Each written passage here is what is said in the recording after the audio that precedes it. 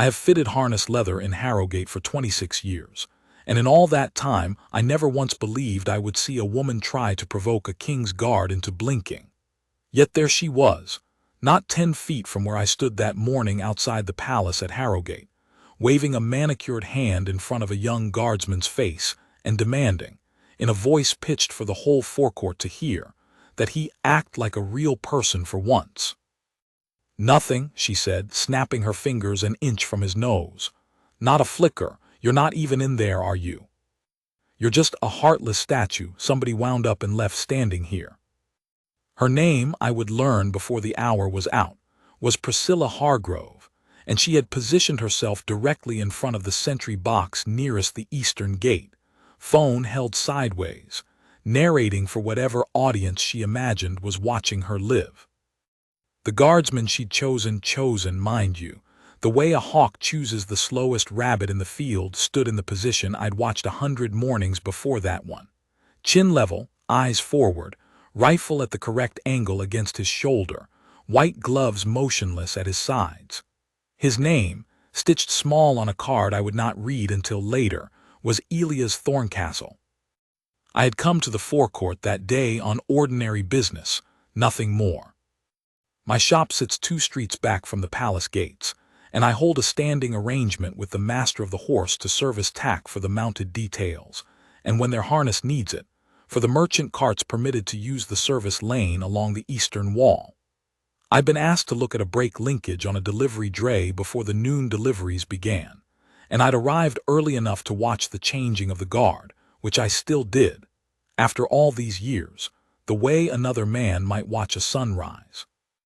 There is something in the discipline of it, the exact fall of boots on stone, the silence held under 100 idle eyes, that never wore thin for me.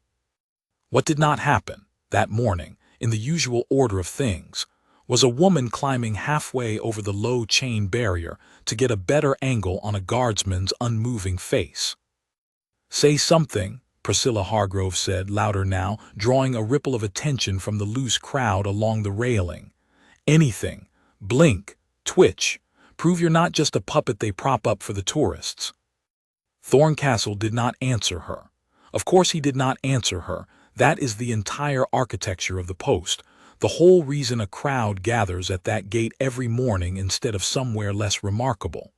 A guard on ceremonial duty does not speak, does not react, does not so much as acknowledge that a member of the public exists an inch from his sleeve. It is not coldness. It is discipline, worn like a second uniform, and I had always understood it as such, though I confess I had never before watched anyone test it quite so deliberately. She circled him. I remember that clearly because it struck me as an odd, almost predatory motion, not a woman idly curious about a landmark, but someone working an angle, quite literally, for the camera in her hand. She came around to his left side, tilted her phone up at his profile, and made a face of exaggerated boredom for whoever was meant to see the clip later. "Look at this," she said to her phone.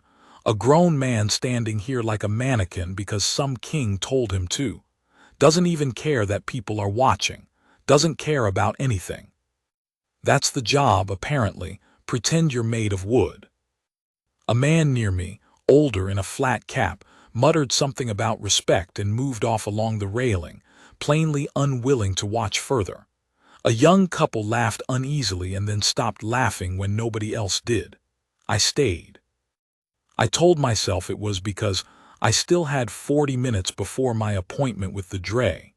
But the truth, if I am honest in the telling of it, is that something about the guardsman's stillness held my attention the way it always had, and something about the woman's insistence on breaking it made me want to see how it would end. I did not yet know how it would end. I want to say that plainly, because it would be a lie to pretend I sensed, in that first quarter hour, anything of what was coming. I saw an unpleasant woman making a scene. I saw a young guardsman absorbing it the way I imagined they were trained to absorb far worse. I did not see, not yet, what his eyes were doing. That came later, a detail I only understood in hindsight, turning the morning over afterward the way you turn over a coin to check the second face. But even at the time, if I am honest, there was something in the quality of his stillness that struck me as different from mere endurance.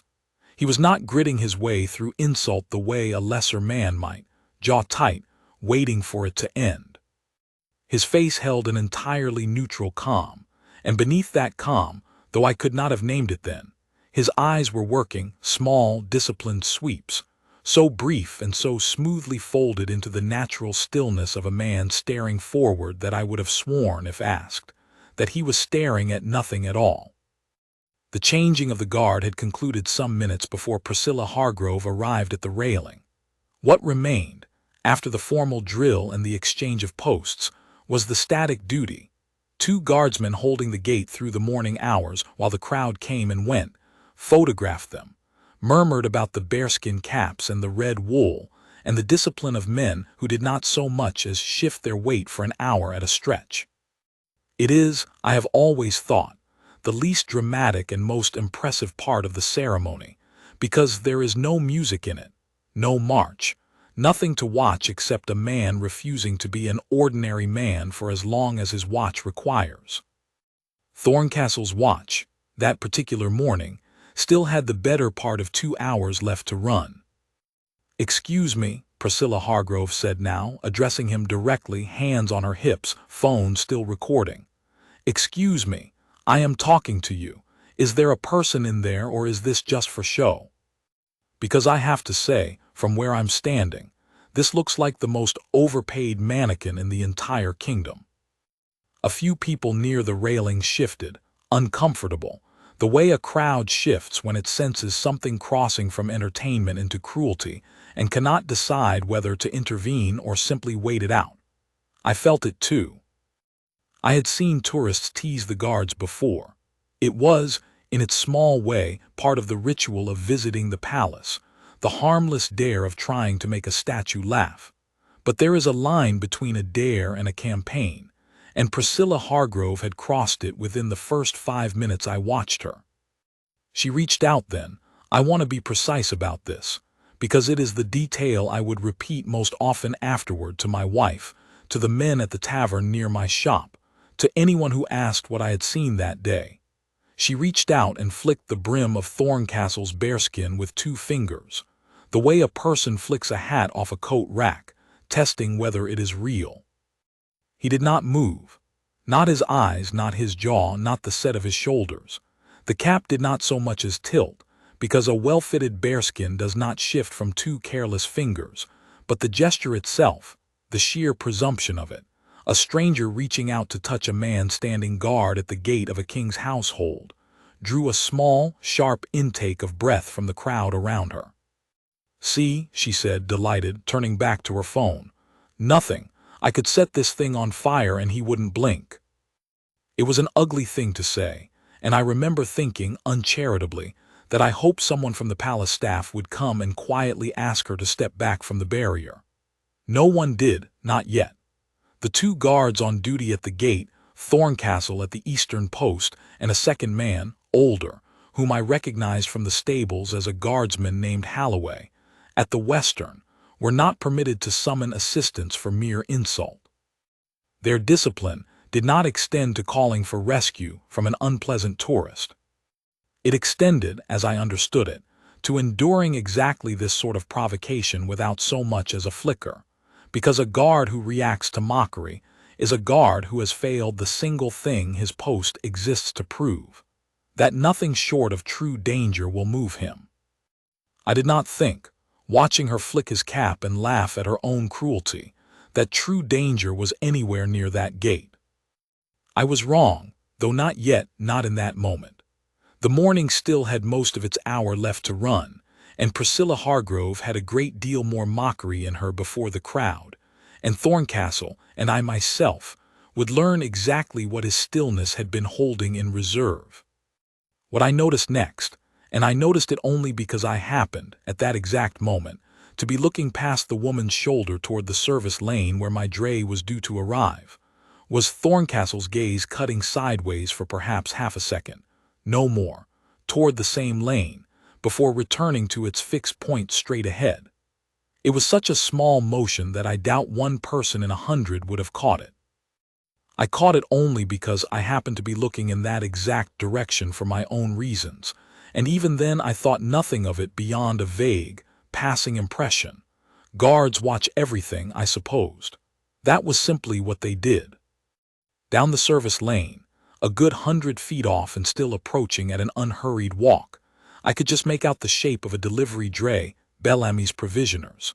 By the green paint on the sideboard, drawn by a big gray gelding I recognized at once as Bracken, a horse I had shod myself not 3 weeks before and found, at the time, unaccountably jumpy for an animal that had made the same delivery run for 4 years running.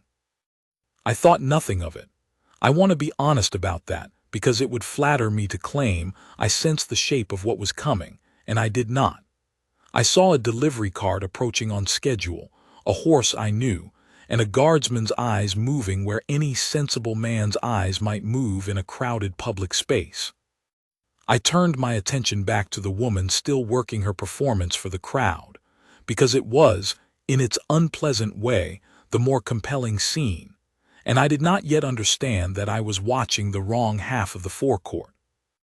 "You know what," Priscilla Hargrove said, stepping back at last from the barrier, phone still trained on Thorncastle's motionless face. "I bet if I stood here another hour you still wouldn't do anything. That's actually kind of sad if you think about it. A whole life and this is it, standing here, not feeling anything, not caring about anything, just furniture in a uniform."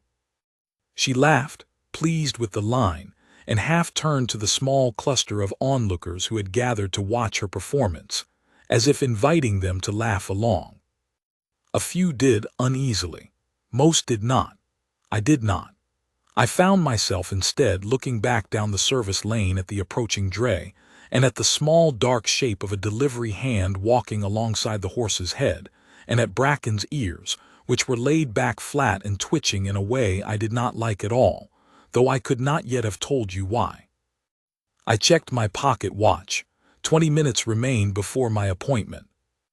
I decided I would wait and watch and see how the morning finished, a decision I have thought back on many times since, because it meant I was standing at exactly the right place, at exactly the right moment, to see the thing that happened next, and to understand, better than almost anyone else in that crowd, precisely what it was that Elias Thorncastle had been watching for all along. The crowd along the railing had thickened by the time Priscilla Hargrove began her second act, if I can call it that, because it was, unmistakably, a performance now, staged as much for the growing audience at her back as for the guardsmen she was trying to break. She had a way of glancing at the faces around her between insults, checking, I thought, whether she was landing, the way a comedian checks a room.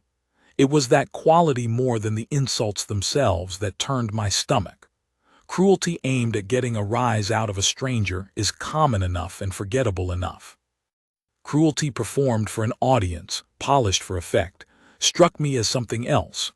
A woman who had found, in one silent young man's discipline, the perfect prop for building herself an audience she did not otherwise have. "Let's try something," she announced, loud enough to carry well past the railing, and reached into the oversized bag on her shoulder.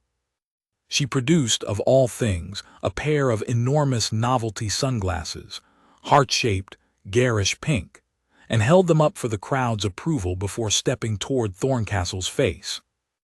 "I'm going to put these on him," she said, "and if he doesn't react, I'm making that my profile picture for a year."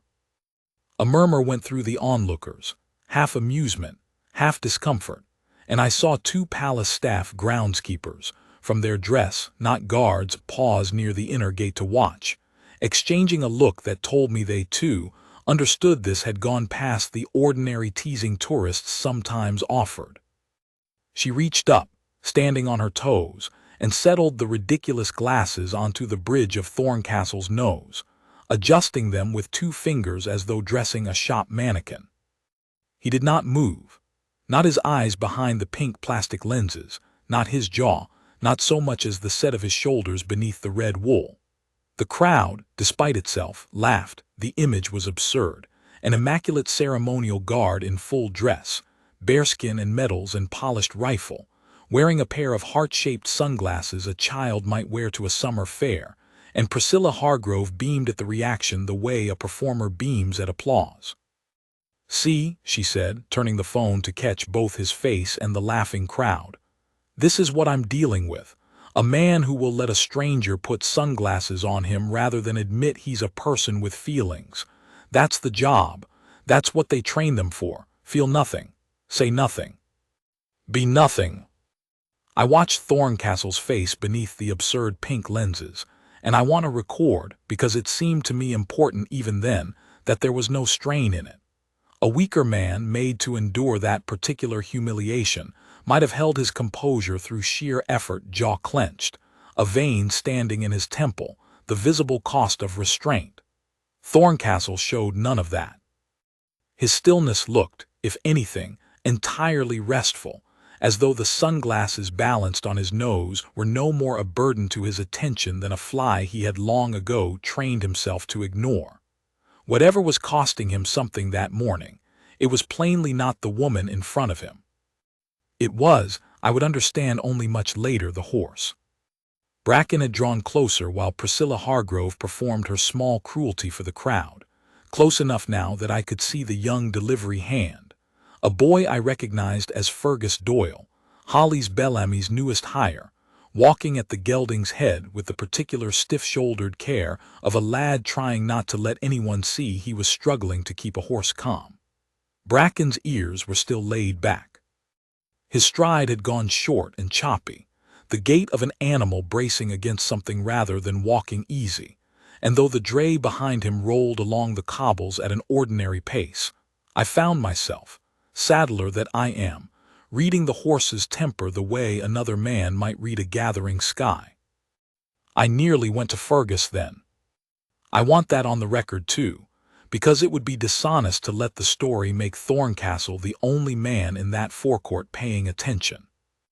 I took 2 steps toward the service lane, intending to ask the boy if Bracken had been fed his morning oats late, or startled by something on the road down from the market, small, practical questions, the kind a saddler asks.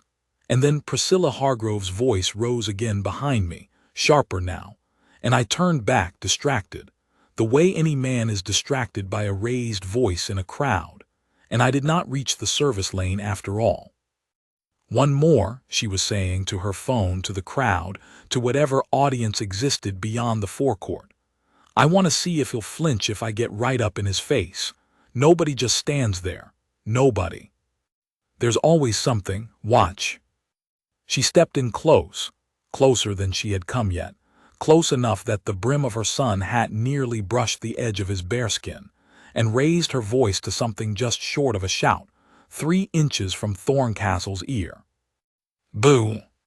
The crowd gasped, then laughed, a ripple of nervous sound running down the railing. Thorncastle did not so much as blink.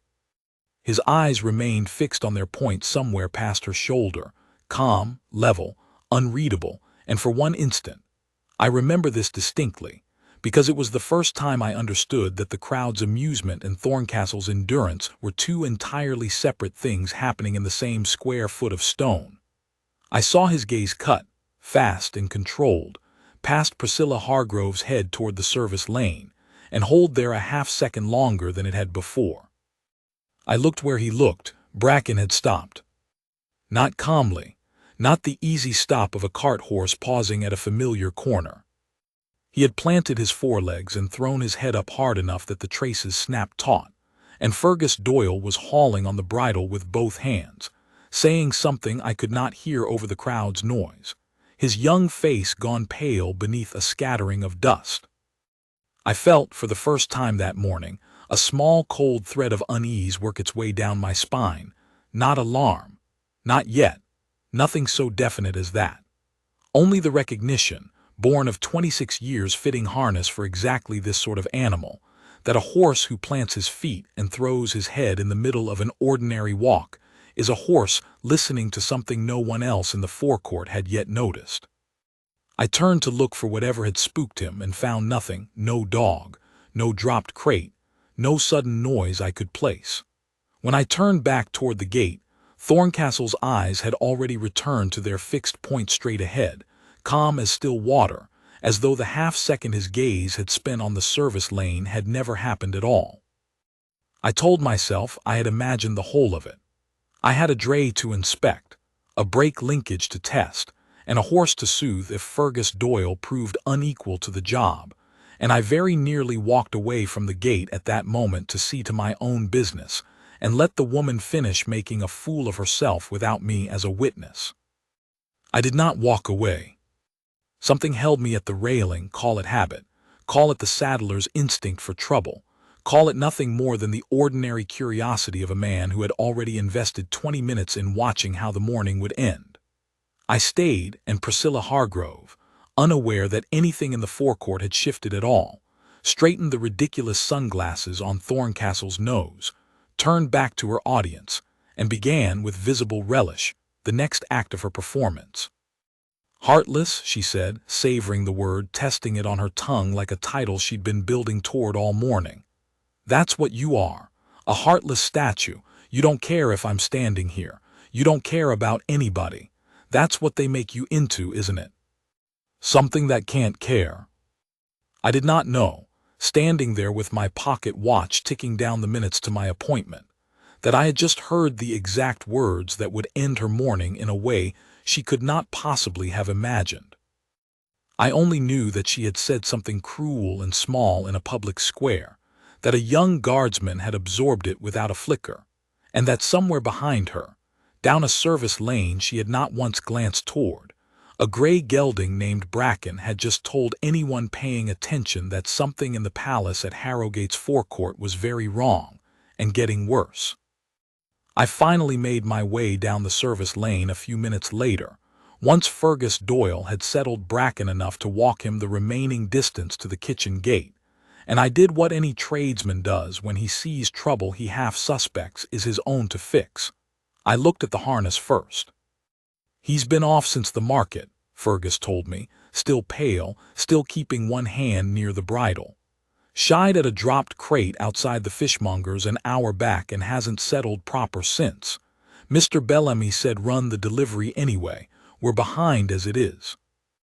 I ran my hand down the traces, checked the collar for rubbing, and then knelt to look at the brake linkage on the dray itself, which was, after all, the reason Bellamy's had asked me out that morning in the first place. What I found did not ease the small cold thread of unease still sitting at the base of my skull. The linkage pin holding the brake lever to the block was worn nearly through, not broken, not yet, but shaved down to a sliver of iron that I would not have trusted to hold under hard use, let alone on the long downward grade of the service lane where it ran from the market road toward the forecourt. "How long has this pin looked like this?" I asked him. Fergus shrugged, young and unbothered in the way of boys who have not yet learned to be afraid of the right things. "Same as always, I reckon. Cart's been running the same route for years." "It won't be running it much longer on this pin," I told him, and meant to say more, meant to tell him to walk the cart back and leave it standing until I could fit a replacement that afternoon. But a delivery boy on a schedule set by a grocer, who did not want to hear that his morning run would be late, is not a boy inclined to listen to a saddler's caution, and Fergus was already coaxing Bracken forward again, toward the kitchen gate, down the last stretch of sloped cobble that ran behind the forecourt crowd. I told myself the delivery was nearly finished. A few hundred feet of gentle grade, a horse already calming, a linkage worn but not yet failed. I have turned that reasoning over many times since, the way a man turns over a decision he cannot undo, and I still do not know whether I ought to have insisted harder. I did not insist harder. I let the boy walk his cart on, and I turned back toward the forecourt to see whether the sunglasses were still perched on Elias Thorncastle's nose, and whether the woman tormenting him had found some new indignity to attempt. She had. By the time I regained my place at the railing, Priscilla Hargrove had recruited 2 companions to her performance, a younger woman with a phone of her own, filming from a different angle, and a man in a linen jacket who seemed less interested in the guard than in Priscilla herself, laughing at each new insult as though auditioning for her approval. The three of them had turned the eastern post into something like a small stage, and the crowd along the railing had grown thick enough now that I had to angle myself sideways to keep a clear line of sight.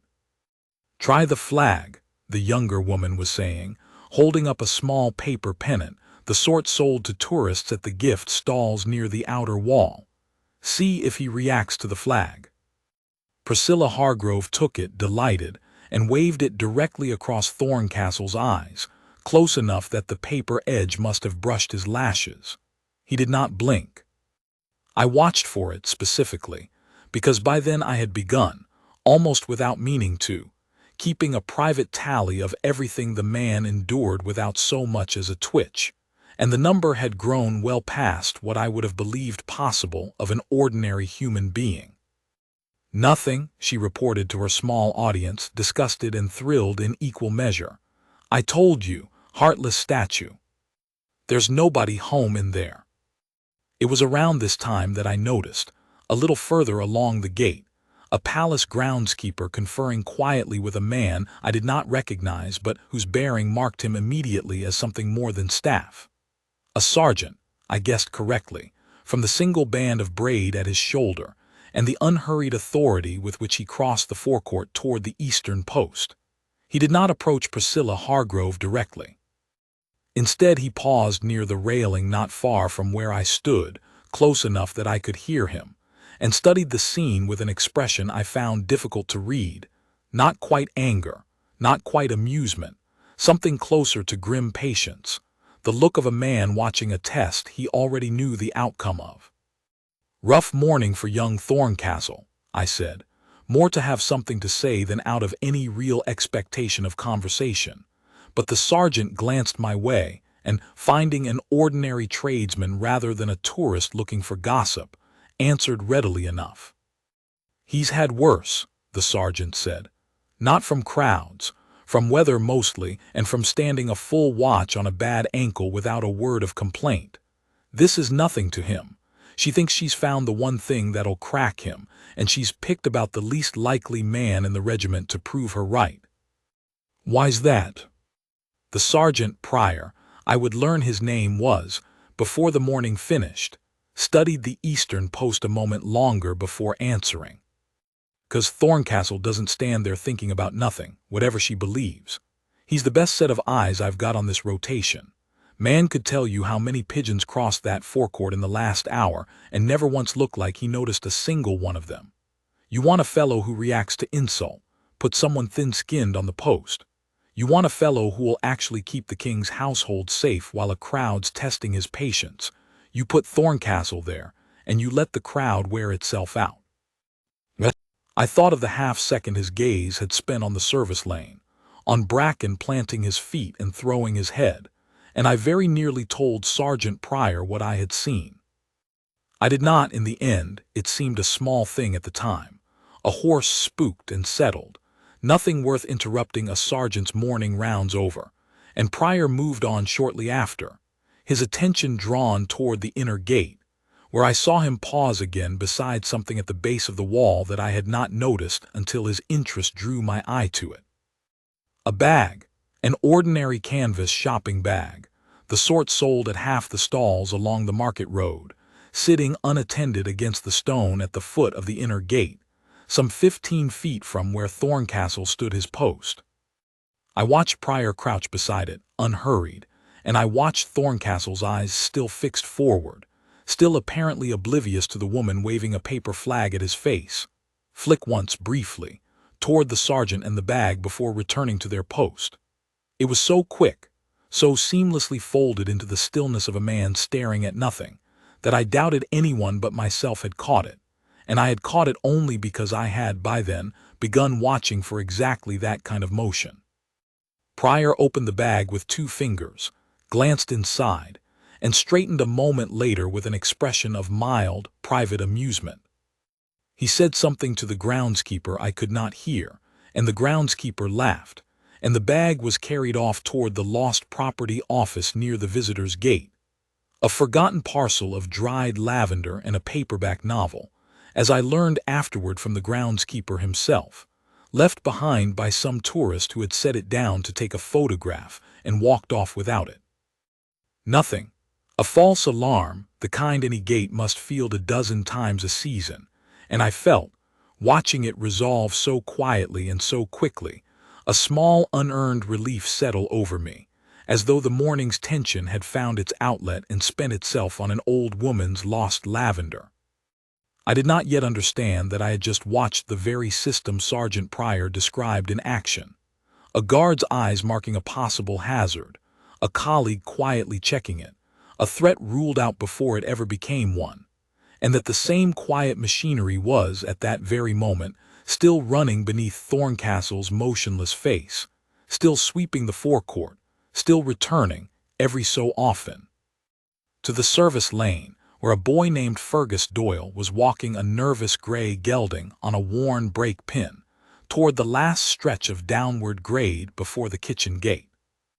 I want to be honest about the shape of that morning as I lived it, rather than as it looks now, told backward with the ending already known. At the time, the bag's resolution felt like the end of something, not the middle of it. I checked my pocket watch again, 10 minutes now before I was due back at the dray, and I allowed myself to believe, the way a man believes what is convenient, that the worst the forecourt had to offer that day was an unpleasant woman with a phone and a wounded sense of her own importance. Priscilla Hargrove, unaware that a sergeant had just quietly cleared a false alarm not 20 feet from where she stood, had moved on to a new tactic. "Let's do a poll," she announced to her small audience and to whatever followers waited on the far side of her phone screen. "Comment below. Do you think there's an actual person in there? Or is it just a very expensive mannequin the palace uses to scare pigeons?" I learned later from the younger woman who had been filming alongside her, a woman named Odette, as it turned out, who worked some part-time trade in the same city, and had only joined Priscilla Hargrove that morning because they'd struck up an acquaintance over coffee near the market stalls. A little more of what had brought Priscilla to that gate in the first place, and it did not surprise me half as much as I might have wished it to. She kept a modest little page for herself online, the kind that trades in short clips of everyday outrage and everyday spectacle, and she had built what following she had, such as it was, on exactly this sort of encounter. A stranger provoked, a reaction chased, a caption promising more than the footage ever quite delivered.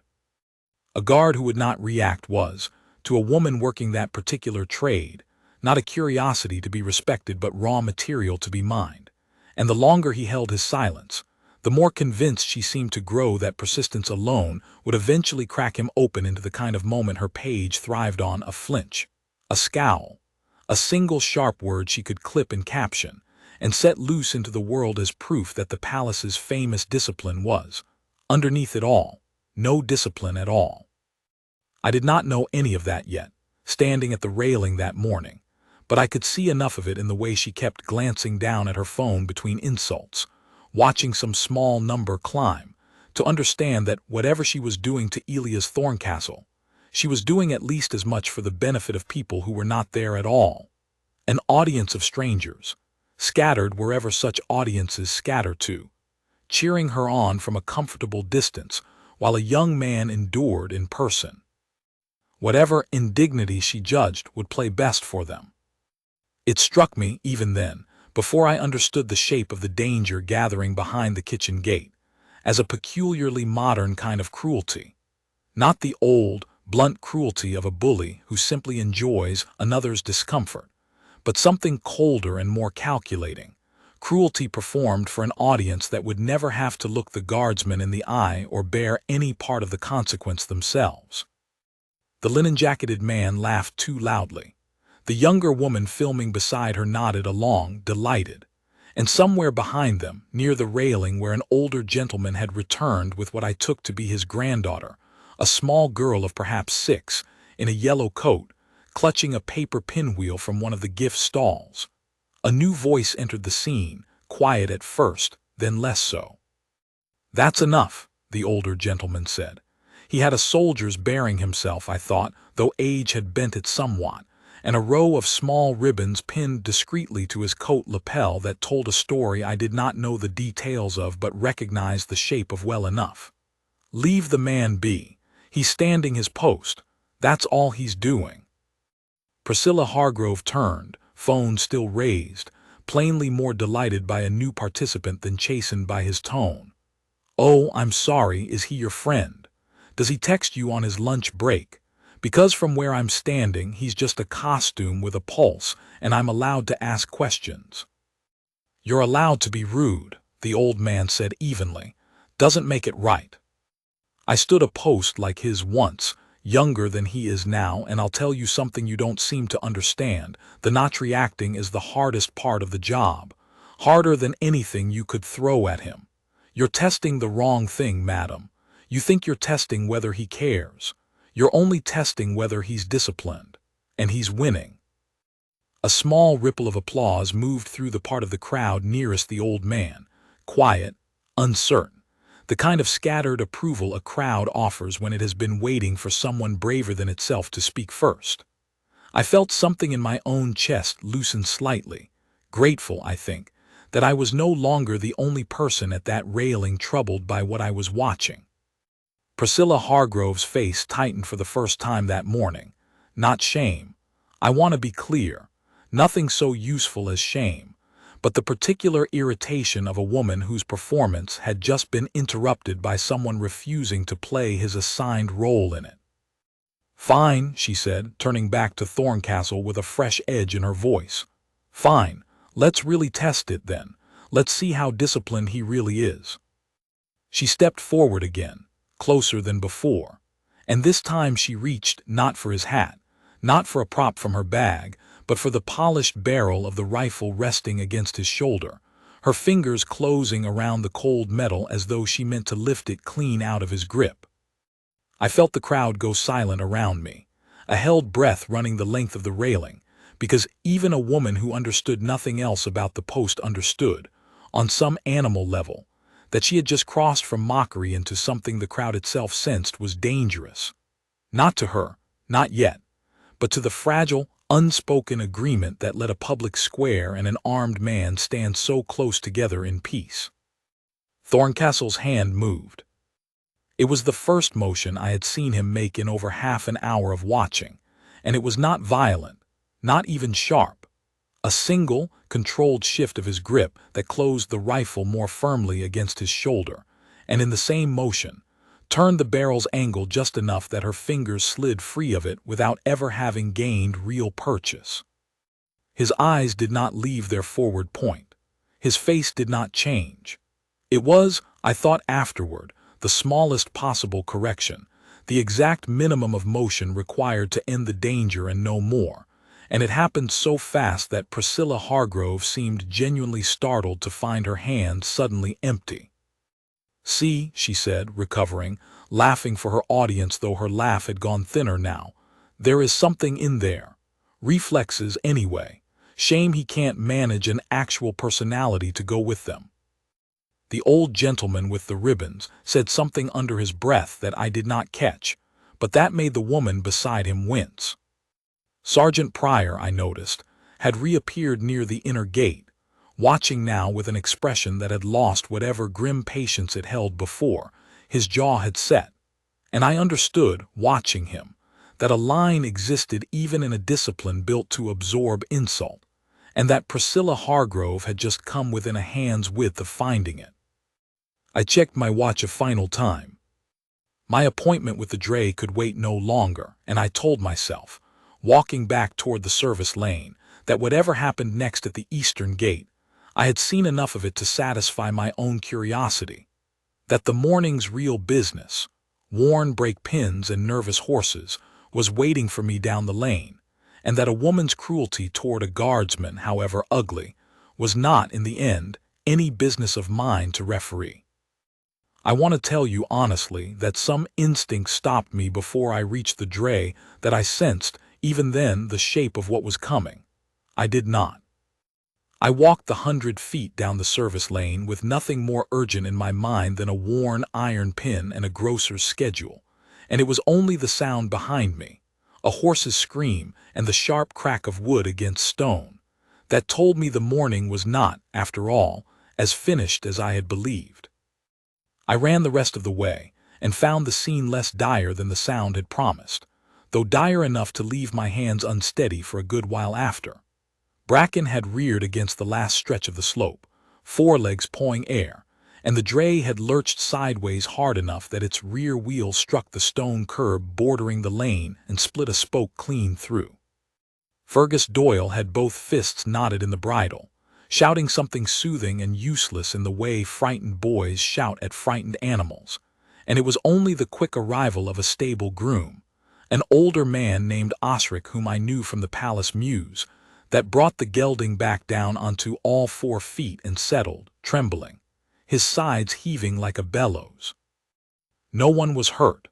I want to say that plainly because in the retelling of a morning like this one, it is easy to let every near thing sound like the real thing, and this was not yet the real thing. It was a fright, a cracked wheel, a horse worked up past sense and brought back down again by 2 men who knew their business. But when I knelt to look at the brake linkage a second time, my unsteady hands found what I had feared they would find. The worn pin had sheared clean through in the lurch, and the brake lever now hung useless against the block, held only by the last thread of iron that had not yet given way. "You are not driving this cart anywhere," I told Fergus, as firmly as I have ever told a young man anything, "until I've fitted a new pin. Not back up the lane, not to the market, not anywhere at all. You understand me?" He nodded, still pale, still shaking slightly himself, and Osric backed me without hesitation, which I was grateful for, because a saddler's word carries only so far against a grocer's schedule, and Holly's Bellamy was, by every account I'd heard of him, not a patient man when his deliveries ran late. "I don't have the right size pin in my kit," I said, checking, though I already half knew the answer before I looked. "I'll need to walk back to my shop for it, 20 minutes there and back if I hurry." "Leave the cart standing right here at the kitchen gate, unload it as usual, and do not so much as touch that brake lever until I return. And if Mr. Bellamy wants it back for the noon round." "Then Mr. Bellamy will have to want," I said, with more sharpness than I generally allow myself with a boy I like well enough, "because a cart with no brake on that slope is not a delivery run, it's an accident deciding when to happen. You leave it standing, Fergus. Promise me." He promised. I believed him at the time, because he seemed a decent enough lad and plainly frightened by what had just happened, and I set off toward my shop with the particular grim satisfaction of a man who believes he has just averted the worst of a bad morning through his own good sense. I did not yet know how little that promise would matter once a grocer's impatience and a boy's eagerness to please were left alone together for the better part of an hour with no one watching over them, but a guardsman 200 feet away, who could not leave his post to intervene even if he saw every part of it happening. By the time I returned to the forecourt, pin in hand, having indeed hurried both ways, the scene at the eastern gate had shifted again, and not for the better. Priscilla Hargrove, it seemed, had grown tired of subtlety somewhere in the 20 minutes I'd been gone. The crowd along the railing had thickened further, drawn by whatever word had spread through the loose network of tourists and locals that something worth watching was happening at the King's Guard's post, and I found myself having to work my way back to a clear line of sight through a knot of onlookers 3 and 4 deep. "I want everyone here to understand something," she was saying, phone held high now, angled to catch both her own face and Thorncastle's in the same frame, the posture of a woman delivering a verdict rather than merely a taunt. "This man, this so-called guard, has stood here for the better part of an hour while I have done everything short of setting off a firework in his ear, and he has not shown one flicker of being a real, feeling human being. Not one. That's not discipline. That's not honor. That's just nothing. He is a heartless statue in a costume, and every one of you standing here clapping for the ceremony this morning ought to know that's exactly what you're applauding." It was, I understood even as she said it, the line she had been building toward all along, not an insult flung in a moment of irritation, but a conclusion she had rehearsed, polished, and was now delivering for the benefit of whatever audience she imagined waiting on the far side of her phone. Heartless statue. I heard a few people near me repeat the phrase to each other, half in disgust, half simply startled by how deliberately cruel it sounded spoken aloud in full sentences rather than shouted in temper. The old gentleman with the ribbons on his lapel still at the railing, his granddaughter's hand now firmly in his, shook his head slowly. "She doesn't understand what she's looking at," he said, to no one in particular, though I believe he meant it for me since I had drifted back to stand near him. Discipline like that isn't the absence of feeling, it's the mastery of it. Man feels everything she's throwing at him. He's simply decided, a long time before this morning, that none of it gets to decide what he does next.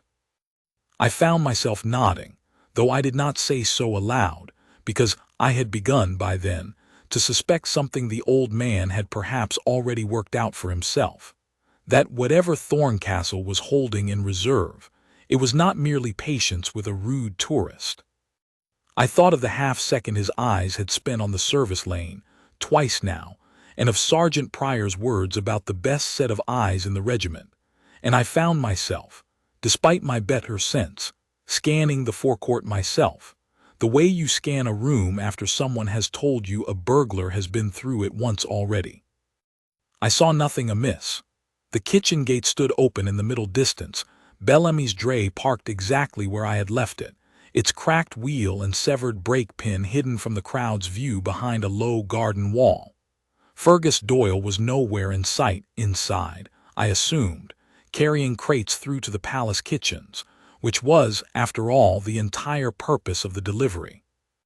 Bracken stood in the traces, head low now, resting, the picture of a horse who had used up his fright for the day and had nothing left to give. I want to record that I believed at that moment that the danger of the morning had passed. I believed it the way a man believes a storm has blown itself out because the rain has briefly stopped, without checking whether the clouds have actually cleared. I had done my part, warned the boy, promised to return with the pin, and here I was, pin in hand, ready to finish the repair the moment Fergus reappeared. The rest, I told myself, was simply an unpleasant woman making a scene that would end the way such scenes always ended, with the crowd's patience wearing thinner than the guards, and Priscilla Hargrove eventually growing bored of an audience that had stopped rewarding her. For a while, it even seemed as though I might be right. The ceremony's public hours were drawing toward their midpoint by then. I could tell from the movement of palace staff along the inner wall, the small signs of a routine turning over, groundskeepers beginning their rounds, a pair of junior officers crossing the forecourt with the unhurried purpose of men checking that the morning's schedule was holding. Sergeant Pryor made another pass near the eastern gate, close enough to Priscilla Hargrove this time that I thought, for a moment, he meant to speak to her directly, but he only studied her with the same grim patience as before and moved on, plainly under some standing order not to intervene in mere rudeness, unless it crossed into something the post's protocol required him to answer. Priscilla Hargrove, for her part, seemed to sense that her audience was beginning to thin. The two companions who had joined her earlier, the younger woman with her own phone, the man in the linen jacket, had drifted a little apart, checking their own devices, no longer quite so rapt. A few onlookers along the railing had begun to move off toward other parts of the grounds, the changing light and the growing warmth of the morning drawing them toward the gardens or the gift stalls, rather than a spectacle that had, by now, repeated itself past the point of novelty. "Fine," she said, more to herself than to anyone in particular, tucking a loose strand of hair behind her ear with the brisk irritation of someone recalculating a strategy that had stopped paying off. "Fine. I've got more than enough for the post anyway." Let's see how many people agree with me once this goes up. I allowed myself, hearing that, a small, unworthy hope that the worst of the morning was behind us, that she would simply gather her things, her phone, her heart-shaped sunglasses still perched absurdly on Thorncastle's unmoving face, and walk off toward whatever corner of the city she had wandered in from, and the forecourt would return to its ordinary rhythm, and I would finish fitting my pin to Bellamy's cart. And the whole affair would settle into nothing more than a story I might tell at the tavern that evening about the rudest tourist I had ever watched a guardsman endure. I did not yet understand that Priscilla Hargrove leaving the eastern gate meant, inevitably, walking past the low garden wall behind which Bellamy's dray stood parked, nor that Fergus Doyle, eager to make up lost time on a schedule his employer had made plain he would not forgive, was at that very moment emerging from the kitchen gate with the last of the delivery crates unloaded, and a boy's foolish confidence that a cart standing quietly in the sun, with its horse rested and its wheel merely cracked rather than broken outright, could not possibly do any harm simply sitting where I had left it a little longer. I found out later exactly what he did next, though I did not see it happen myself. I was still working my way back through the thinning crowd toward the service lane, pin in hand, when the first sounds reached me. Fergus had climbed back onto the driver's seat, meaning only, he told me afterward near tears, to move the cart the last short distance into the mews for safekeeping while he waited for my repair, rather than leave it standing so near the public gate where anyone might wander into its shafts. It was, in its way, a sensible thought carried out at exactly the wrong moment, because the ground beneath the mews entrance sloped, gently but unmistakably, downward toward the forecourt itself, and a brake pin sheared through to its last thread does not need very much persuading to finish failing. I heard it go before I saw it, the groan of a wheel rolling free, the sudden startled cry of a boy who has just felt a cart begin moving faster than his hands on the reins can answer, and beneath it all, rising fast, the drumming clatter of hooves breaking from a walk into something closer to a trot than a full bolt, Bracken lurching forward against the sudden weight of a cart, no longer under any braking at all. I broke into a run myself then, cutting past the garden wall toward the mews entrance rather than the forecourt, since the sound had come from that direction and not from the public gate, a small mercy, I understood even as I ran, because the service lane past the kitchen gate curved away from the crowd entirely before it reached the mews yard, and whatever was happening there, at least for the moment, was happening well out of sight of Priscilla Hargrove and her phone, and the dozens of tourists still gathered at the eastern post. By the time I reached the mews yard, the worst of it had already passed. Osric had heard the same commotion I had, and being a good deal closer and a good deal more practiced with a frightened animal in close quarters, had thrown himself into Bracken's path with the particular fearlessness of a man who has done this exact thing more times than he could count, catching the bridle and hauling the gelding's head around hard enough to break the momentum before the cart could gather any real speed on the yard's short slope. The wheel with the cracked spoke had given way entirely in the process, canting the whole dray sideways with a groan of splitting wood, and it came to rest at last against a stack of empty crates, tilted and useless, but stopped.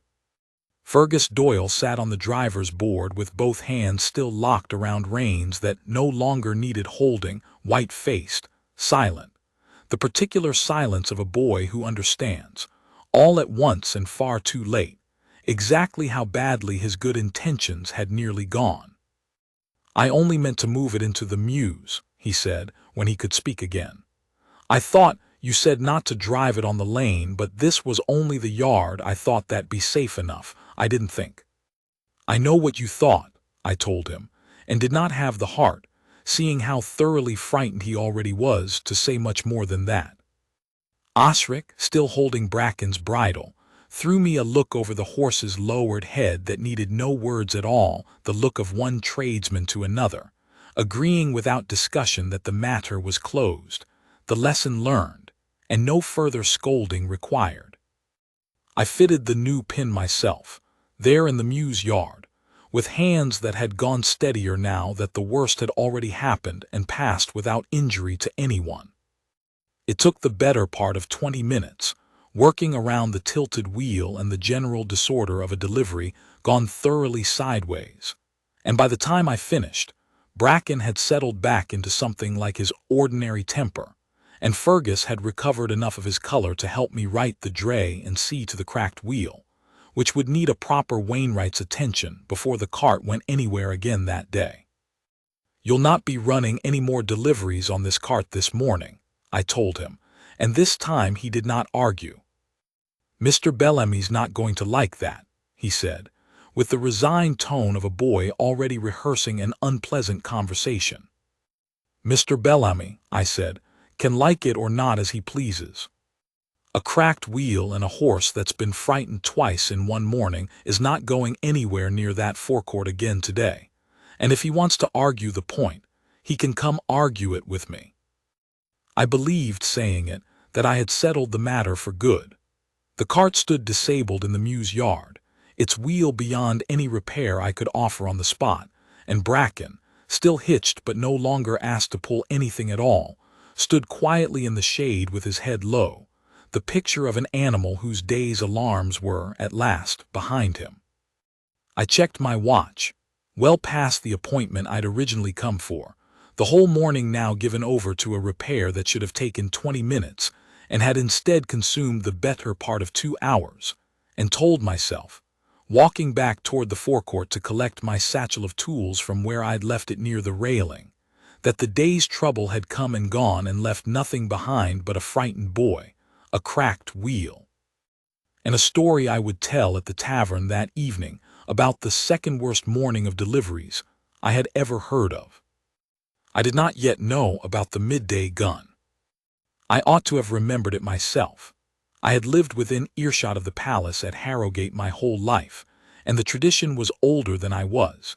Each day at the stroke of noon, a single ceremonial gun fired from the northern battery to mark the hour, a custom so worn into the rhythm of the city that most residents no longer heard it at all, the way a man stops hearing his own clock ticking. Visitors, though, heard it every time and jumped every time, and I imagine every horse stabled within a half-mile of that battery had long ago either grown entirely used to the sound or never fully recovered from its first encounter with it. I did not know, walking back toward the forecourt with my tools in hand, which kind of horse Bracken had proven himself to be. I would find out inside the hour, and so, in a manner of speaking, would everyone else standing near the eastern gate when the sound reached them. The forecourt, when I regained it, looked very nearly as I had left it that morning, though the crowd had shifted its character somewhat, thinner in places, thicker in others, the ordinary churn of a public square where visitors arrived and departed on no particular schedule. Priscilla Hargrove was still there. I confess I had half hoped, walking back, that she might have tired of her performance and moved on while I tended to the dray, but she stood exactly where I had left her, phone lowered now, addressing her 2 companions in the low, satisfied tone of someone congratulating herself on a job well done. "I think we got enough," she was saying. "Honestly, I could keep going, but I don't think there's anything left to get out of him. He's proven the point already. Might as well let the poor thing get back to standing there like furniture." I found the old gentleman with the ribbon still at the railing as well, his granddaughter now sitting on the low stone edge beside him, working at her paper pinwheel with the single-minded concentration small children bring to small toys. He caught my eye as I approached and gave a short, weary shake of his head, the gesture of a man who had watched a full hour of something he found distasteful and had run out of useful things to say about it. "She's declaring victory," he said when I drew near enough. "Reckon she thinks she's proven something. All she's proven is that the young man's better disciplined than she is." "No argument from me," I said, and set my tool satchel down at the railing to rest my arm, which had begun to ache from the unaccustomed hour of work in the mews yard. Thorncastle, for his part, stood exactly as he had stood the entire morning, the absurd pink sunglasses still perched on his nose, for no one had thought to remove them, chin level, rifle correct, eyes forward. I studied him for a long moment. The way you study a puzzle you suspect has an answer just past your reach. And I thought again of the half-second his gaze had spent, twice now, on the service lane, and wondered whether he had heard from his post anything at all of the trouble that had played out in the mews yard behind the kitchen gate. The crack of the splitting wheel, Osric's shout, the drumming of hooves I had heard clearly enough myself from 100 feet further off. I believe now, looking back with the full understanding of everything that followed, that he had heard every bit of it, and had spent the better part of the last hour doing the one thing his post allowed him to do about a danger he could not leave his position to address directly. Watching, waiting, tracking behind a face that gave away nothing, exactly which direction that danger might come from if it returned, and exactly how much distance stood between his post and whatever ground it might cross to reach the crowd gathered at his gate. I did not understand any of that yet, standing at the railing with my aching arm and my satisfaction that the morning's trouble had passed. I understood only that Priscilla Hargrove was gathering her bag, tucking her phone away, and preparing at last to leave, and that somewhere to the north, in a battery I had lived beside my whole life and scarcely ever thought about, a gunner was checking his watch against the palace clock, counting down the last few minutes before noon. The old gentleman's granddaughter, Nell, he called her, when he leaned down to tell her they'd be leaving shortly themselves, had grown bored of her pinwheel by then, and taken to wandering the short stretch of railing near her grandfather's bench, the way small children do, testing the limits of how far they can drift before a grown-up's voice calls them back. She was perhaps 6, in a yellow coat a size too big for her, and she had discovered, a few minutes before, that the low stone curb bordering the forecourt made an excellent narrow path to walk along with her arms out for balance, one careful foot in front of the other, working her way steadily closer to the gap in the crowd where Priscilla Hargrove stood counting her small victory. Her grandfather was watching her. I want that understood, because it would be unkind to suggest otherwise of a man who had spent the whole morning defending a stranger's dignity out of nothing more than his own sense of what was right. But he was watching her the ordinary, half-attentive way any grandparent watches a child they trust to stay close, and his eyes drifted, now and again, back toward the small drama still playing out at the eastern gate, where Priscilla Hargrove had paused in her departure to deliver one final performance for whatever remained of her audience. "Actually," she announced, turning back toward Thorncastle one last time, phone raised again, though I could not tell whether she was still recording or simply enjoying the shape of an ending. "Let's get one more. Last one.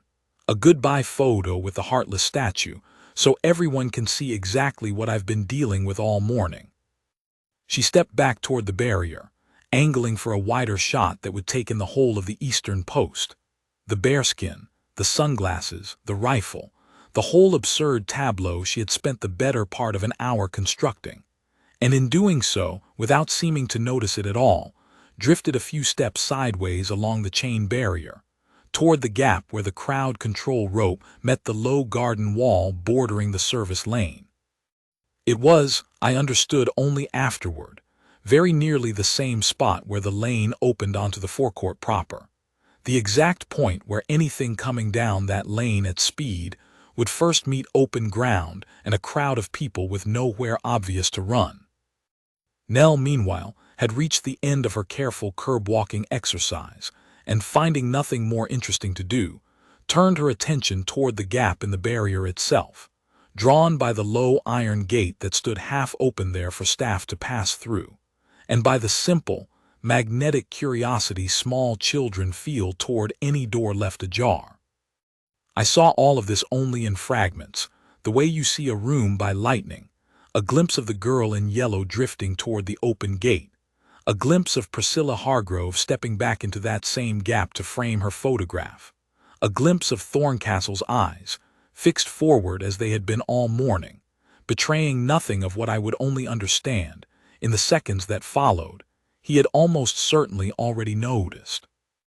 The gun fired at noon precisely, as it had fired every day of my life at that hour. A single flat concussion rolling out from the northern battery and across the rooftops of the city, felt as much as heard, the kind of sound that startles even those who have long since stopped consciously registering it. I flinched myself, foolishly, though I had heard that same report 1,000 times before. Nell startled and grabbed for the railing. Half the crowd along the eastern gate laughed, the small, embarrassed laugh of people caught jumping at a familiar sound. And from the mews yard, out of sight beyond the kitchen gate and the low garden wall, I heard Bracken scream. It was not the sound he had made earlier that morning, the sharp, startled cry of a horse thrown off balance by a lurching cart. This was something else entirely, a raw, panicked shriek that rose and did not stop rising, and beneath it, almost at once, the splintering crack of wood giving way and the drumming, unmistakable thunder of a full gallop breaking loose. I turned toward the sound before I had even finished thinking, the old instinct of a man who has spent half his life around horses and knows, in his body before his mind catches up, exactly what that particular pitch of scream means. I saw Osric stumble backward out of the mews entrance, one hand raised uselessly toward an animal already past any hand's reach, and I saw, in the same instant, the gray shape of Bracken burst from the shadow of the yard into the open service lane, mane flattened, eyes white-ringed with terror, the shattered remains of his traces snapping and cracking against his flanks with every stride, no cart behind him at all now. The broken dray left splintered and overturned somewhere in the yard he had torn free of, nothing left to slow him, but the length of the lane itself, and whatever stood at the end of it. The lane ran downhill, gently but steadily, straight toward the gap in the barrier where the crowd control rope met the garden wall. Straight toward the gap where Priscilla Hargrove stood framing her final photograph, and where, a few feet further along, a small girl in a yellow coat had just pushed the half-open iron gate a little wider and taken her first curious step through it. I opened my mouth to shout, a warning, a name, anything, and found no sound would come, the particular useless paralysis of a man who understands, all at once, that he is 100 feet too far away to matter. I have relived that half-second more times than I can count since, turning it over the way you turn over any moment where you were present and powerless in the same breath. And what I remember most clearly, more clearly even than the horse's scream or the crowd's rising alarm, is this. In the instant before anyone else in that forecourt had so much as registered that something was wrong, Elia's Thorncastle was already moving. I do not know how to describe, adequately, the speed of it, because everything about the man for the entire hour before that moment had trained my eye to expect stillness, had trained the whole crowd's eye to expect it, which was, I understood later, precisely why what happened next struck everyone who saw it with the force of something almost impossible. One instant he stood exactly as he had stood since dawn, chin level, eyes forward, absurd pink sunglasses still perched on his nose. The next, without any visible wind-up, without a single wasted motion, he had crossed the distance to the barrier gap in what could not have been more than 2 strides, his rifle already swinging clear of his shoulder in one smooth motion that let him use both hands, and he closed the last of the gap between himself and Priscilla Hargrove with his free arm already extended. He did not shout at her. I want that recorded plainly because in every telling I have heard since, someone assumes there must have been words, a warning called out, some dramatic cry of alarm. There was none. There was no time for words. He seized her by the upper arm, hard enough that I saw her stagger and cry out in startled pain, and hauled her bodily backward and sideways. Off the line the horse was cutting toward the gap, in the same motion that carried him past her toward the low iron gate and the small girl in yellow now frozen, wide-eyed, directly in Bracken's path. I have never, before or since, seen a man cover ground the way Thorncastle covered those last few yards. He reached Nell perhaps 2 full seconds before the horse would have, scooped her up against his chest with one arm in a motion that looked, even amid the chaos of it, almost gentle, as though some part of him, even at full speed with a half-ton of panicked animal bearing down, would not permit himself to be rough with a frightened child, and in the same continuous motion pivoted his whole body to put himself between her and the gate, his back to the danger, absorbing with his own frame whatever the horse might do next. Bracken did not strike him. I believe, though I cannot prove it, that some instinct even in a fully panicked animal reads the difference between an obstacle and a threat, and that the sudden appearance of a man standing his ground rather than fleeing broke something in the horse's blind forward momentum. He shied hard at the last possible instant, forelegs skidding on the cobbles, and swerved wide around the small knot of Thorncastle and the child in his arms, close enough that I saw the guardsman's tunic catch a graze of dust kicked up by flailing hooves, close enough that a dozen people screamed at once, believing they had just watched a man be trampled. He had not been trampled. The horse, thrown off his line and stumbling now on legs no longer running in a straight direction, careened past the barrier gap and into the open forecourt itself, scattering the last of the crowd there in a chaos of shouts and scrambling bodies, and it was Sergeant Pryor, already running, already shouting orders I could not make sense of in the moment, who managed, with 2 other guardsmen converging from the inner gate, to box the exhausted, terrified animal into a corner of the forecourt wall and bring him, at last, shuddering and lathered but unhurt, to a stop. The whole of it, the gun, the scream, the bolt, Thorncastle crossing the gap, Priscilla Hargrove thrown clear, Nell scooped from the horse's path, the animal's wild swerve and Pryor's men closing him down against the wall, could not have taken more than 8 or 9 seconds from beginning to end. I have counted it out since, matching it against my own memory of how long I stood frozen with my mouth open and no sound in it, and I do not believe it was longer than that. It felt, living through it, like the longest span of time I had ever experienced. It was, by any honest clock, over almost before it had properly begun. For a moment afterward, nobody in that forecourt made a sound at all. I remember the silence more vividly than almost anything else about that morning. 100 people who had been shouting, laughing, filming, murmuring, all struck mute in the same instant, as though the whole crowd had taken one collective breath and forgotten, for a heartbeat, how to let it out again. Nell broke the silence first, in the ordinary way of a frightened child, not with words, but with a thin, startled wail against Thorncastle's shoulder, muffled into the red wool of his tunic, and the sound of it seemed to release something in the crowd all at once, a ragged exhale running down the length of the railing, followed almost immediately by her grandfather's voice, cracking as he half ran, half stumbled the last few steps to reach her. "Nell, Nell, I'm here, I'm right here." Thorncastle turned her toward him gently, still kneeling on one knee now amid the dust his own crossing had kicked up, and I watched him check her over with quick, careful hands, her arms, the back of her head, the set of her small shoulders, before passing her into her grandfather's arms with a care that looked, for all the world, like the most natural motion imaginable for a man who a minute earlier had been standing rigid as a carved figure, and refusing to blink at a stranger's insults. "She's not hurt," he said, and it was the first time I had heard his voice all morning, quiet, level, entirely without drama, the voice of a man reporting a fact rather than accepting thanks he had not yet been offered. Frightened. Not hurt.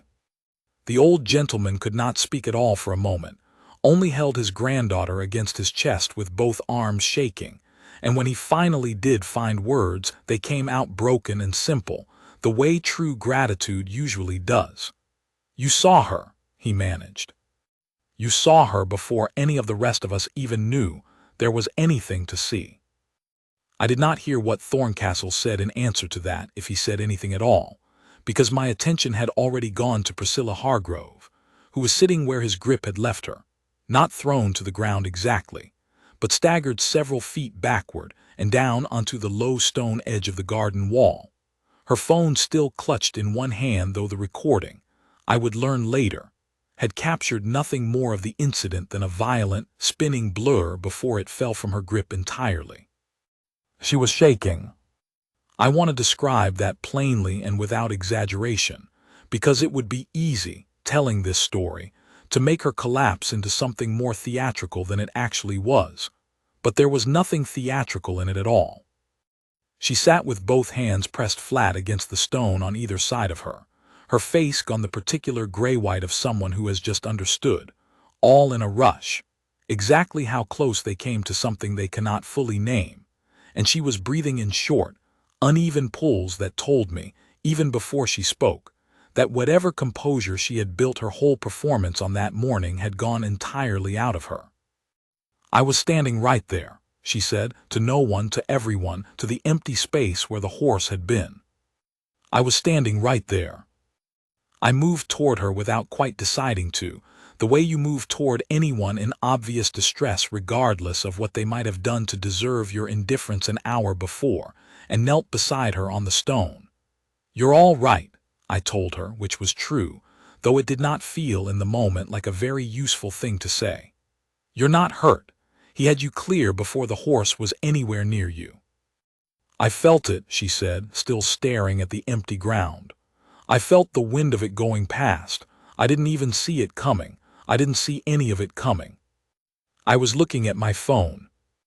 Sergeant Pryor arrived at the barrier a moment later, Bracken now secured against the far wall, with 2 junior guardsmen holding his lead and a groom already working to calm him. And his first act, before anything else, was to crouch in front of Priscilla Hargrove with the brisk, professional gentleness of a man trained to assess a shock victim before he assesses anything else about the scene. "Ma'am, look at me a moment. Are you hurt anywhere, your arm, your back, anywhere at all?" She shook her head, still trembling, and it took her 2 attempts before she managed a full sentence. "He grabbed me. I didn't even understand what was happening. One second I was taking a photo, and the next I was on the ground and there was a horse." She stopped, pressed a hand over her mouth, and when she spoke again her voice had dropped to something much smaller than the one she had used all morning to mock a man for standing still. "There was a horse coming straight at where I'd been standing, straight at where that little girl was standing, and I didn't even see it. I was so busy trying to get him to react to me that I didn't see any of it." I do not know precisely when the full weight of what had happened finished settling over her, because grief and shock and shame do not move through a person on any tidy schedule, but I watched it happen in stages over the next several minutes, the way you watch weather change, first the shaking, then the silence, then, at last, when Sergeant Pryor had satisfied himself, she was unhurt and moved off to see to the wider crowd, the tears, which came all at once, and without any of the performance she had brought to everything else that morning. Thorncastle, by then, had risen from his knee and returned, not to attention exactly, not yet, since a full stampede through a public square is not the kind of event a post's protocol resumes from in an instant, but to something close to it, his rifle recovered and settled once more against his shoulder, his posture straightening by careful degrees even as Sergeant Pryor's men worked to clear the last of the shaken crowd back from the barrier. Someone had removed the ridiculous pink sunglasses from his face at some point in the chaos. I never did learn who, or when, and I remember thinking, looking at him standing there in the aftermath, dust still on his tunic and a graze of horsehair caught in the wool at his shoulder, that he looked less like the heartless statue Priscilla Hargrove had spent an hour describing, and more like exactly what the old gentleman with the ribbons had called him. A man who had mastered his feelings rather than lacked them, and who had simply been waiting, the entire time, for the one thing that would matter enough to move him. Priscilla Hargrove looked up at him from where she sat on the garden wall, still crying, and for a long moment neither of them said anything at all. I do not know what passed between them in that silence. I am only a saddler who happened to be standing close enough to watch, not a man who can read another man's thoughts through his face. But I know what she said when she finally found the words, because I heard every syllable of it, and because it was so different from anything she had said in the hour before that I have never fully forgotten it. "I called you a heartless statue," she said, her voice cracking on the word. "I stood right there and called you that over and over in front of all these people because you wouldn't give me a reaction. And the whole time you were watching, weren't you? You knew something was wrong before any of us did." Thorncastle did not answer her directly. His post's protocol, even now, did not permit him idle conversation with the public while standing duty, and Sergeant Pryor had already begun moving to formally relieve him for the remainder of the shift, the way any guardsman is relieved after an incident requiring a report. But I saw something pass across his face in that moment that I had not seen there once in the entire hour of insult that preceded it. Not pride, not vindication, nothing so self-regarding as that. Something closer to simple, quiet acknowledgement, the look of a man confirming a fact rather than accepting an apology, before Pryor's hand settled on his shoulder and turned him gently but firmly back toward the inner gate, toward whatever formal accounting a guardsman gives after breaking from his post in front of 100 witnesses, even when the breaking was, by any measure, exactly the right thing to do. I stayed with Priscilla Hargrove a little longer, because there did not seem to be anyone else inclined to, her two companions from earlier having drifted off somewhere in the chaos and not yet reappeared, and because I found, somewhat to my own surprise, that whatever irritation I had felt watching her mock a silent man for the better part of an hour had gone out of me entirely, replaced by something closer to plain human sympathy for a person who had just been badly frightened and was only beginning to understand how badly she deserved to examine her own part in the morning. "He wasn't ignoring you," I told her, gently as I could manage. "That's the thing you've got wrong, I think, same as most people get it wrong the first time they watch a man stand a post like his. He wasn't ignoring anything. He was watching everything. You, the crowd, that little girl, that horse the whole time it was still calm enough that none of the rest of us thought twice about it. That's not the absence of feeling. That's the opposite of it, in a way, a man caring so much about what might go wrong that he's trained himself not to let anything smaller than real danger pull his attention off it."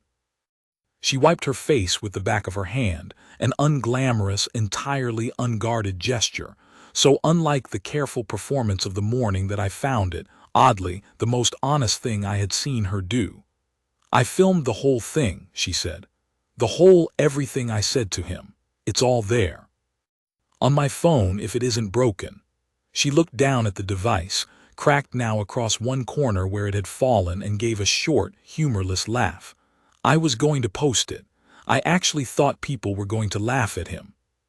"Some might have," I said honestly, because I had, after all, watched a few people in that crowd laugh along with her that morning, uneasy though most of the laughter had been. "Doesn't make it right and doesn't make you right for doing it, but you don't have to decide right now what you do with any of that. You've had a bad fright. Give yourself a little room before you decide what kind of person you're going to be about it." She looked at me then, really looked, I think, for the first time since I had knelt beside her, and something in her face steadied, just slightly, the way a person's face steadies when they've heard a piece of advice they weren't expecting and recognize, somewhere underneath the shock, that it might actually be useful to them. "What's his name?" she asked. "The guard, I never even asked. I spent an hour talking at him and I never once asked his name." "Thorncastle," I told her. "Elias Thorncastle." She said it once quietly, as though committing it to memory the way you commit to memory the name of someone you have wronged and mean, somehow, to set right. The rest of the forecourt, in the minutes after, settled into the particular busy hush of a crowd, trying to make sense of something it has just watched happen too fast to properly understand. I saw strangers turn to one another and retell what they had seen, already shaping it into the version they would carry home, and I noticed, more than once, that the retellings converged on the same detail no matter who was doing the telling, that the guardsman had not so much as glanced toward the danger before he moved. One moment he had been standing there, motionless, absorbing an hour of ridicule. The next he was simply there, at the barrier, at the gate, with the child in his arms and the woman clear of the horse's path, as though the space between those two states had never existed at all. Odette, Priscilla's companion with the second phone, stood a little apart from the rest of the crowd with her own device held loosely at her side, no longer recording anything, her earlier eagerness for the spectacle plainly gone out of her. When I passed near her on my way back toward the mews, she caught my eye and shook her head slowly, as though answering a question no one had asked aloud. "I filmed the whole morning," she said. "Every bit of it. I don't think I'm going to keep any of it." I did not ask her what she meant to do instead, and she did not offer, but I understood well enough from her tone that whatever page she kept, whatever small following she had built on exactly this sort of footage, had just been handed a lesson in the difference between spectacle and truth that she had not gone looking for that morning. The linen-jacketed man, for his part, had vanished from the forecourt entirely by the time the crowd's attention returned to itself, and I never did learn his name or see him again, though I suspect, from the speed of his departure, that he had wanted no part of whatever accounting the morning's chaos might bring down on the people who had encouraged it. Nell's grandfather, once he had satisfied himself that his granddaughter had taken no real harm beyond a fright that would, I hoped, fade from her memory long before it faded from his own, made a point of seeking out Sergeant Pryor before the crowd dispersed entirely, to ask, formally and by name, that his gratitude be recorded alongside whatever report the incident required. "I fought alongside men like that once," he told Pryor within my hearing, "and I'll tell you the same thing I'd have told my own commanding officer. A man who watches that carefully, for that long, without once letting it show, is worth 10 who will tell you loudly how much they care and do nothing at all when it counts. See that it's written down properly. He's earned that much." Back at the mews yard, I found Osric still working to settle Bracken, the gelding sides no longer heaving but his eyes still showing more white than any horse's ought to, and Fergus Doyle sitting on an overturned crate nearby with his head in his hands, looking, if anything, more shaken than the horse himself. He had heard, by then, second-hand and in fragments, some garbled version of what his runaway animal had very nearly caused at the forecourt gate, and the weight of it seemed to have settled on him all at once. "I should have unhitched him properly," he said, when he saw me. "I should have listened to you the first time and left well enough alone. If that guardsman hadn't been standing right there." "He was standing right there," I told him, because it seemed to me in that moment the only thing worth saying. That's the whole of it. Doesn't help anyone to spend the afternoon imagining the version where he wasn't. Hollis Bellamy himself arrived within the hour, red-faced and full of the sort of bluster I had expected from him all morning, ready, by the look of him, to demand an accounting for his ruined dray and his disrupted deliveries. But even Bellamy's temper found its limit once he had heard the full shape of what his own cart and his own horse had nearly caused at the palace gate, and I watched the color drain slowly out of his face as Osric walked him through it. Watched him look toward Fergus with something closer to fear than anger, and heard him say, at last, in a considerably quieter voice than the one he'd arrived with, that the boy could take the rest of the week to himself, and the cart could wait on my repairs however long they took. I did not see what became of the rest of that afternoon at the palace at Harrowgate, because a saddler's business does not pause for excitement any more than a guardsman's does, and I had a cracked wheel and a broken set of traces still waiting for proper repair back at the mews, and a grocer to placate who would, I did not doubt, be considerably less sympathetic about the delay once he learned the whole of what had happened to his morning delivery. But word of the incident traveled through Harrowgate the way word of anything remarkable travels through a city small enough that half its residents know the other half by sight, and over the following days I heard the story told back to me more times than I could count, each version a little different, each one, in its own way, circling the same essential fact.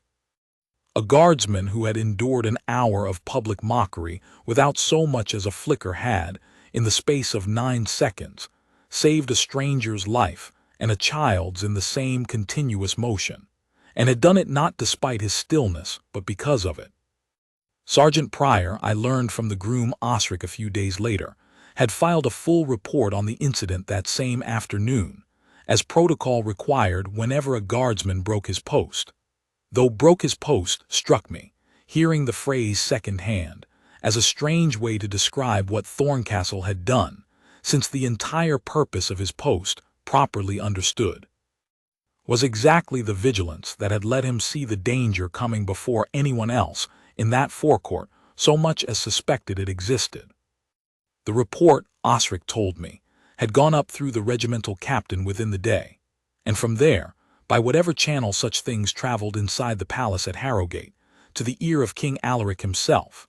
Not, I gathered, because a runaway horse in the forecourt was in itself so extraordinary an event as to require royal attention, but because the manner of its resolution, a guardsman's split-second judgment saving both a frightened child and the very woman who had spent the morning mocking him, was the sort of story that traveled upward through a household on its own momentum, regardless of anyone's intention to send it there.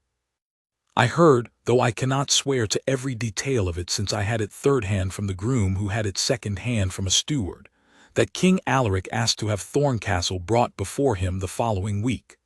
Not for any formal ceremony, nothing so grand as a medal pinned before assembled courtiers, but for a quiet audience of the kind the king was known, among the palace staff, to grant more often than the public ever heard about. What was said in that room I could not tell you, and I have never pretended to know more of it than the single detail Osric passed along, which he had in turn from a steward who happened to be present. That the king had asked Thorncastle directly why he had not simply endured the woman's mockery with his eyes fixed forward the entire time, the way protocol strictly required, rather than allowing his attention to divide itself, however subtly, toward the service lane and the mews yard beyond his assigned field of view. And Thorncastle, so the story went, had answered him plainly, without embellishment, that a guardsman's post was never to stare at one fixed point regardless of what moved around it, but to hold his composure while missing nothing, that the discipline the crowd saw as blankness was, in fact, the hardest kind of attention a man could sustain, precisely because it had to look, to every casual eye, exactly like nothing at all. King Alaric was said to have found that answer sufficient. More than sufficient, if the story is to be believed, since word reached me eventually that Thorncastle's name had been formally noted in the regiment's record, as an example of exactly the standard every guardsman was meant to aspire to, and that some senior officer or other had taken to citing the incident, in the training of newer men, as proof that the stillness of the post was never meant as an end in itself, but as the discipline that made everything else possible.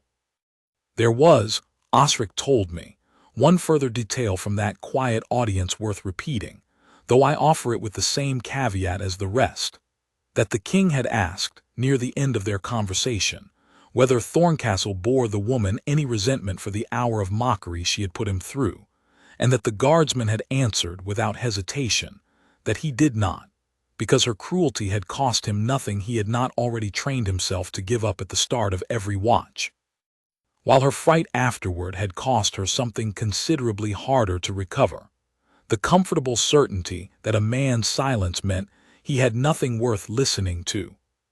Whether Thorncastle said it in precisely those words, I cannot swear, filtered as the account was through a groom, a steward, and my own memory of a conversation I heard only once and years ago now.